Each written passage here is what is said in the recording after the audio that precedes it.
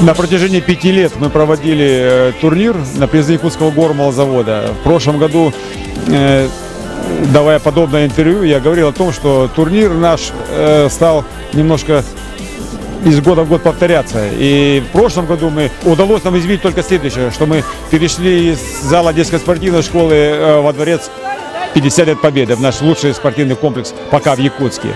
Сегодня в этом году, немножко согласовав свои планы с Федерацией футбола республики, с городским комитетом, мы решили, что краткосрочный турнир, трехдневный, он, конечно, хорош как турнир, но он не дает такого эффекта, который сейчас даст эффект проведения нашего турнира молочной лиги в формате лиги, когда дети будут играть не 3 дня, не 2 дня, а 3 месяца.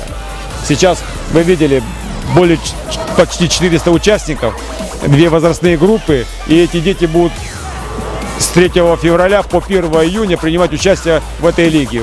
Составлено расписание, договоренность с руководством спортивного комплекса «Даксун» есть.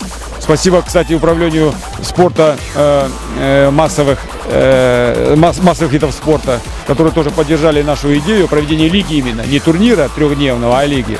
Вот сейчас мы видим, что сегодня прошло открытие. Сейчас первая игра, и теперь эти детские команды в количестве 25 команд будут разыгрывать наши призы в течение 3 месяцев. Это большое количество игр. Это совсем другие, видите, условия проведения соревнований в таком прекрасном комплексе, как Даксун. Это все другой совсем уровень. И я просто сейчас вот говорил на открытии, что я просто завидую по-хорошему вот этим мальчишкам, которым сейчас есть возможность так себя реализовать в футболе при таких вот условиях.